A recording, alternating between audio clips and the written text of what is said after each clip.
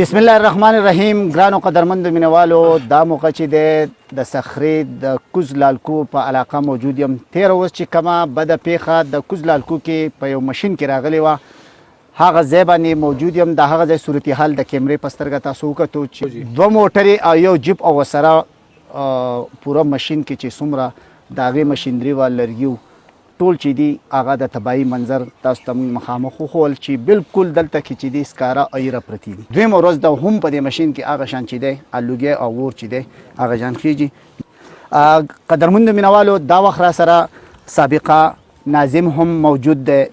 قیوم خان، او د دې ماشین مالک د ګاډي، او دا هم ټول د رشتهداران دي. په دې موقع باندې د هغوی نه هم دا پوښتنه کوو د واقعیات څنګه راغلي دي، نقصان څومره شوی دی،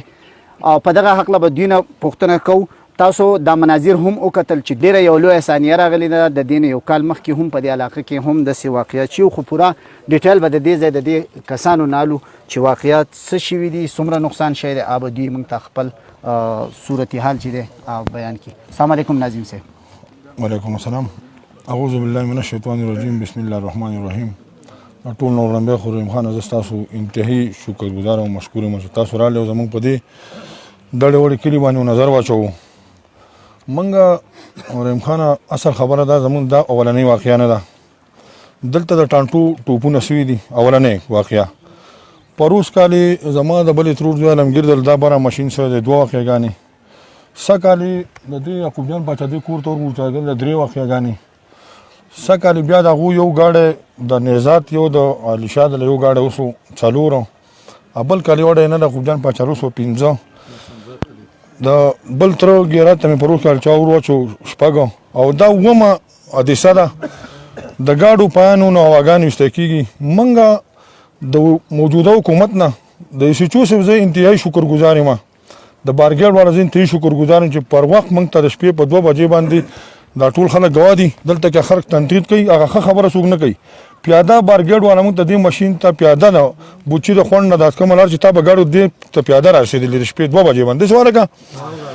لیکن ګاډي غاټو موږ ته نشو رارسېدلی. رحیم خان، زه په دې ګاډو باندې نه یم، زه په دې خبره یم چې په دې شپه چې زه کله راووتم نو ته په خدای او په قرآن یقین وکړه چې زه دې ټیم ته وختم، د خپل یار نه جوګاره کوم ما څوک ډز کوي نو په دې ټیم به جواب ولاړم نو ما به وایي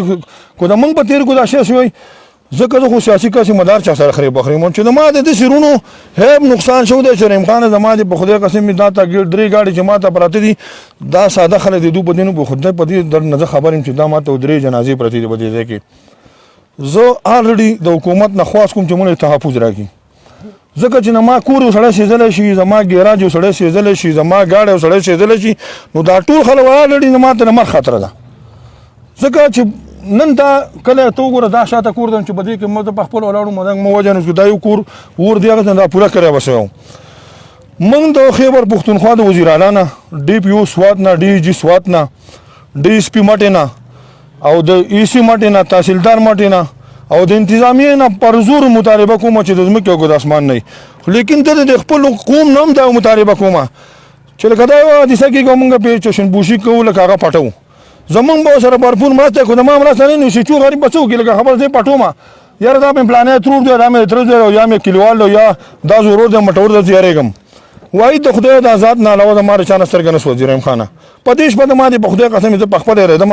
زه به د خلکو نه لرې ودرېدم چې یاره کو دا حادثه داسې څوک ډزې وکړي او د سر سړی به ګوري نو بیا خو کورې زما په کډه کې خو ما سړی وجني، لکه نور به وروسته وجني، اولنی به پکې ما وجني. زه د حکومت نه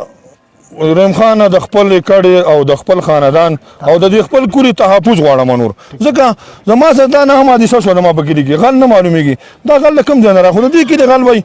زه دا غل نقابه کول غواړم نور، او د حکومت نه اجدانه سوال خیبر پښتونخوا د وزیر اعلی نه ما د هغه سره ډېرې منډې کړلو، موږ له هم ډېر کارونه کړلي، خو نن په دې ستونزه کې زه د هغه نه اجدانه سوال پر زور مطالبه کوم چې زما د په خدای قسم مې چې دې لږ د رزق وسیله دا یو ماشین ما د قرآن ډېر سپارې کو د هغه نور څه وشلی، او زما دا د تره زوی دی زما د په خدای قسم مې د له ګرده مور ورکړله د ده خپلې ګردې نشته. زه د وزیر اعلی نه په زور مطالبه کوم چې په دې ستونزه کې وزیر اعلی زما سره مالي امداد ونه کړي،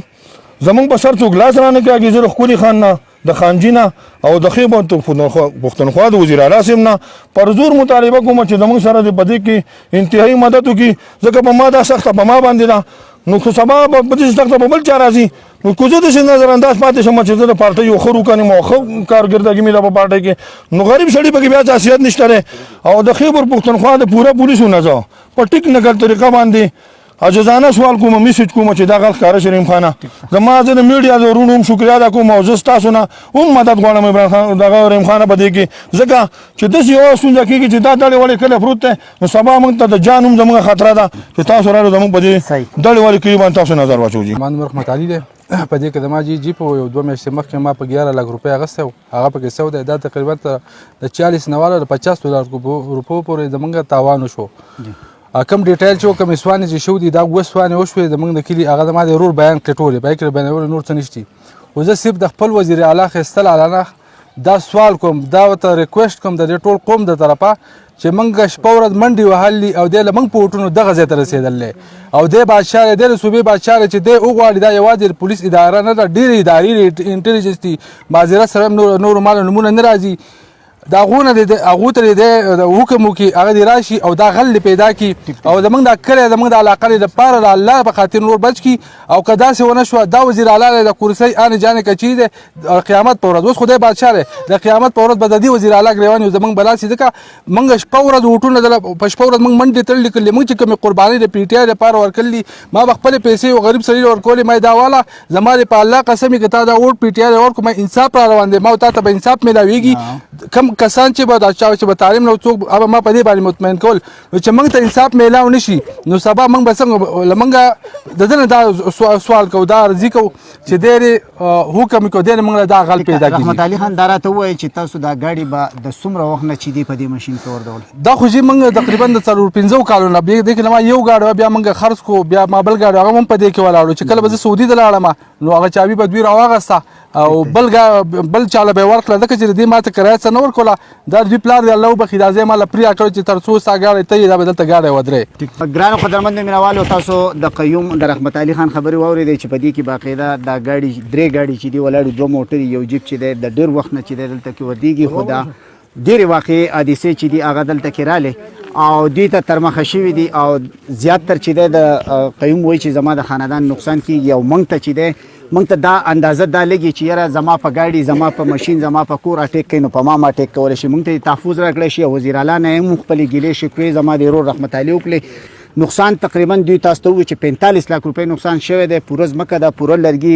ګاډي هر څه چې دي هغه موږ تاسو ته د کیمرې په سترګو وښو ډېر لوی تاوان شوی دی بلکل داسې دي چې څه ګاډي چې کم دي او کم چې دلته کې هغه په دې ماشین کې څه نه بلکل ښکاره شوي دي هیره شوي دي چې دویمه ورځ د هغې نه هغه شان لوګی شي د بل پروګرام به پورې ما خپل قربان رحیم خان له اجازت راکوي د الله